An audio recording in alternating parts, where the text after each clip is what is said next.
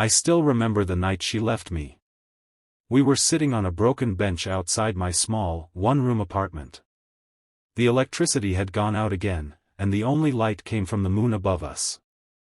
I had just returned from a long day at the print shop where I worked, tired and hungry, my shirt soaked with sweat. She was quiet, too quiet. "Jake," she said suddenly, without looking at me. "I can't do this anymore." My heart sank. I knew what she meant, but I still asked, "Do what?" "This life," she whispered. "Struggling every day. Skipping meals. Wearing the same clothes. Hoping something will change." I swallowed hard. I didn't have the words. I was already fighting to stay strong. "There's someone else," she said, still not looking at me. "He has money. A car. A house with light and air conditioning. I'm tired, Jake. Tired." That was the word that stayed in my head for months. She left the next morning. No hug. No tears. Just a small bag in her hand and a ride waiting at the junction. I watched her walk away with a man in a white SUV, the kind I only saw in movies. And just like that, she was gone. The days after that were the hardest. I could barely eat, not because I didn't have money, that was normal, but because my heart was empty.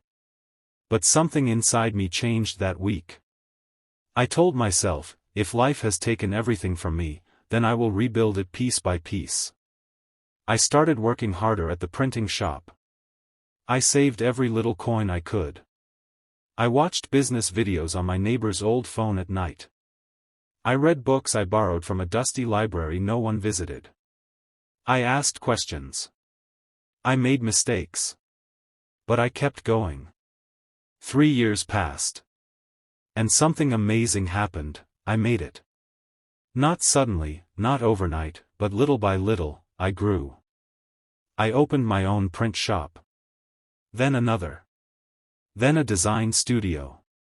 Before I knew it, people started calling me boss. I had my own car. A big house with white tiles, soft couches, and constant electricity. I even forgot what it felt like to be hungry. Then one day, I saw her again. It was at a mall. She was standing near the food court, holding a tray of drinks. Her eyes locked with mine, and I saw something in them I didn't expect: regret. She walked up slowly. "Jake," she said, as if she wasn't sure it was me. I nodded. "It's me. You look different. I feel different." She laughed softly, but there was sadness in her voice. "You made it." I nodded again. "Yes, I did." There was a long silence between us. People passed by, chatting and laughing. But for a moment, it was just her and me, like that night on the bench. "I was wrong to leave you," she said, almost in a whisper. "He had money, yes. But no heart. No dreams. He treated me like a trophy." I looked at her carefully. She looked older, tired in a different way now. Not from poverty, but from emptiness. "I miss us, Jake," she said. "I miss you." I didn't say anything at first. I looked past her at the life I had built, and that's where the story picked up. I looked at her for a long moment. Memories rushed back, nights we shared bread and laughed over nothing, the times she held my hand when things were falling apart, and the look in her eyes the night she walked away. Now, standing there in front of me, she was no longer the same girl. And I was no longer the same man. "I'm happy for you, Jake," she said again, forcing a smile. "You became everything you said you would be." I gave a small nod. "Thank you. But it wasn't easy." "I can imagine," she replied, looking down at her hands. "I made a mistake, you know. I chose comfort over love, but the comfort didn't last. A part of me wanted to tell her it was okay, that I understood why she did it. Another part of me still felt that small sting in my chest, the sting of being left when I had nothing. "So what do you want now?" I asked softly. She looked up. "I don't know," she admitted. "Maybe just a chance to be part of your life again. Even if it's as a friend.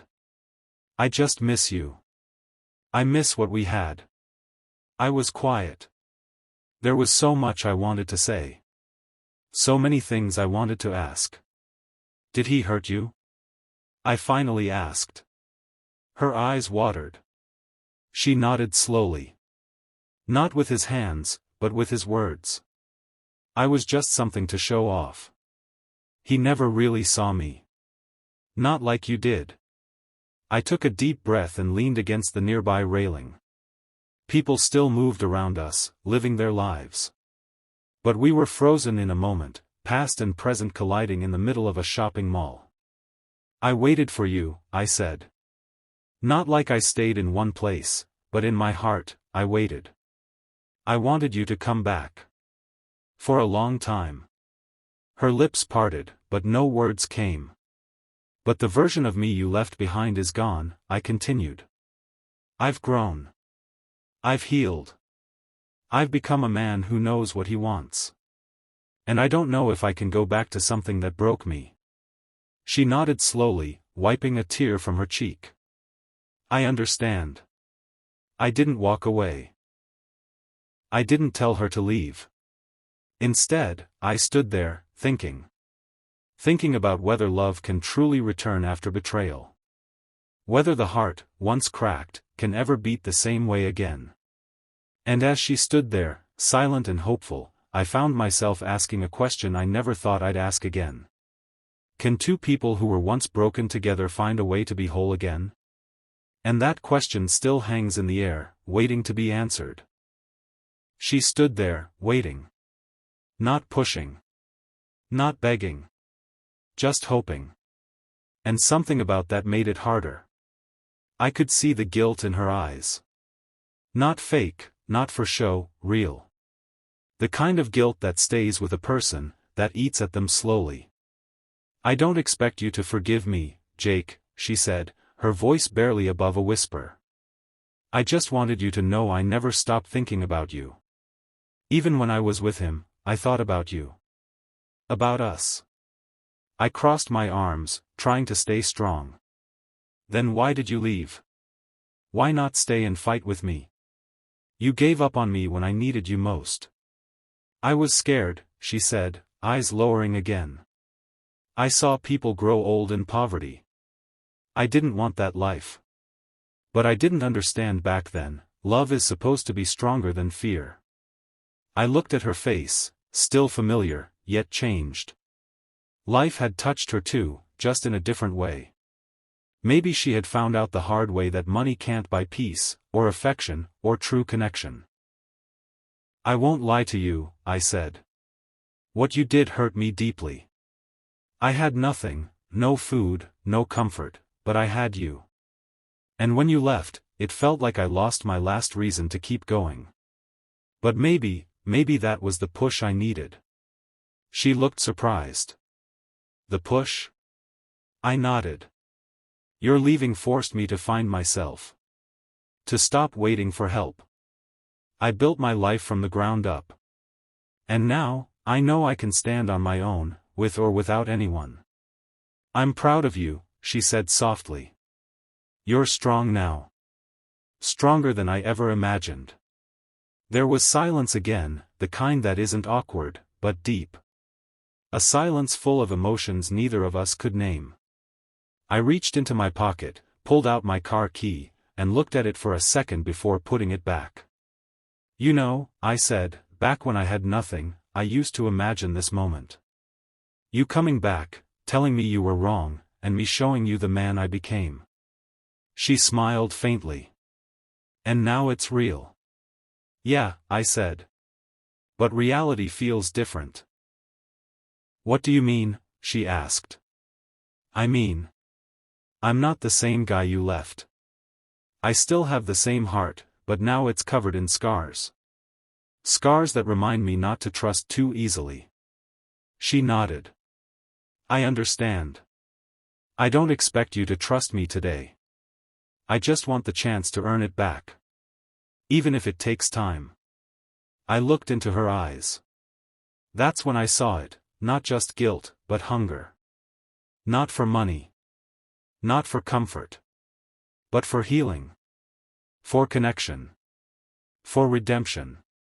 And in that moment, I had a choice, to close the door forever, or to open it just a little, not for the old version of us, but for something new. I don't know what we can be, I said slowly. But maybe we can talk.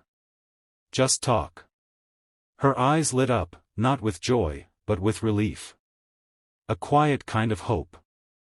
I'd like that, she said. So we sat down on a nearby bench, under the soft lights of the mall, two people who had been broken, by life, by choices, by fear, trying to speak again like old friends finding their voices. And that's how it began, not with a kiss, not with promises, but with a conversation. And as we talked, the past started to fade, slowly, gently, and a new chapter quietly started to write itself. We sat there for what felt like hours, talking like two people trying to make sense of an unfinished story. She told me about her time with the wealthy man, how it started like a dream, shiny and sweet, but turned cold and lonely over time. He gave me everything money could buy, she said, her voice shaking, except peace. Except love. I listened quietly. Not because I enjoyed her pain, never that, but because I needed to understand her truth. I needed to know who she had become since she left. And you? She asked, after a long pause. Was there someone else? I thought about it. There were a few faces, a few short moments of warmth and company. But none that stayed. None that truly reached my heart. Not really, I said. I tried. But I guess I was still holding on to something, maybe a memory. Maybe a lesson. She gave a sad smile. I used to wonder if you hated me. I did, I answered honestly. At first. But hate is heavy. I couldn't carry it forever. So I used it. I turned it into fuel. Every time I wanted to give up, I remembered how it felt to be left behind. It pushed me. Her eyes dropped again. I'm sorry, Jake. I know. We went quiet again. But this silence wasn't sharp. It wasn't uncomfortable. It was calm, like two rivers that had run separate for years, meeting again at a quiet bend. I don't know if we can be what we were, I said, choosing my words slowly. But maybe, we can become something better. Wiser. Stronger. She looked up, and for the first time, her smile was real. That's all I want. A chance to build, not from where we stopped, but from where we are.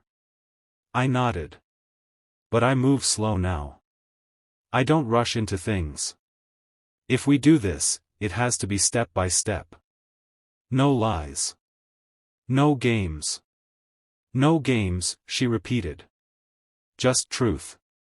So we stood up, side by side. Not as lovers. Not yet. But maybe as two people willing to try again, not to chase the past, but to shape something honest from the present. As we walked out of the mall, I noticed her walking a little closer to me than before. Not touching, not forcing, but near enough to feel. The night air was soft. The city buzzed quietly around us. And I realized something I hadn't felt in years. Hope. Not blind hope. Not the kind that ignores reality. But a small, growing kind, the kind that says, maybe, just maybe, this time, we'll get it right. And so, we kept walking, our shadows stretching side by side under the streetlights. The story wasn't over. It was just beginning again. Weeks passed. We didn't rush. We met for coffee, for walks, for quiet evenings with no pressure.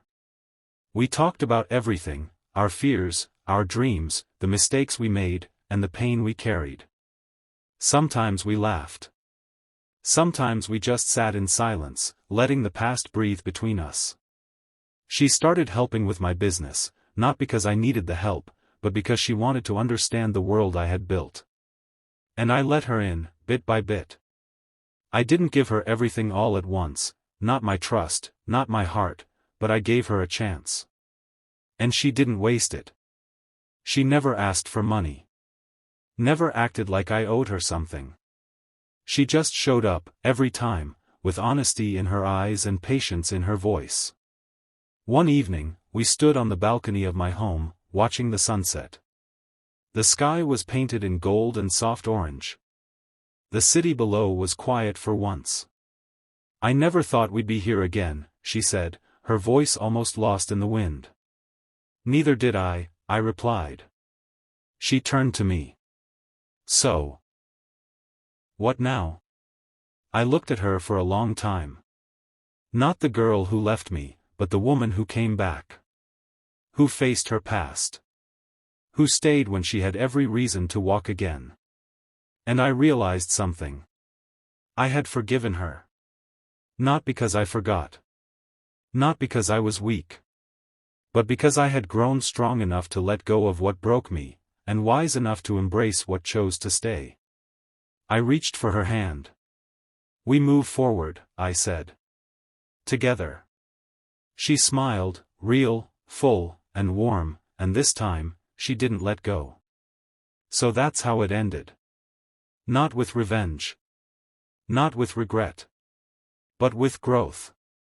With love reborn, not the same as before, but deeper, quieter, and more real. Because sometimes, the strongest love isn't the one that never broke. It's the one that broke, and still chose to heal. The end.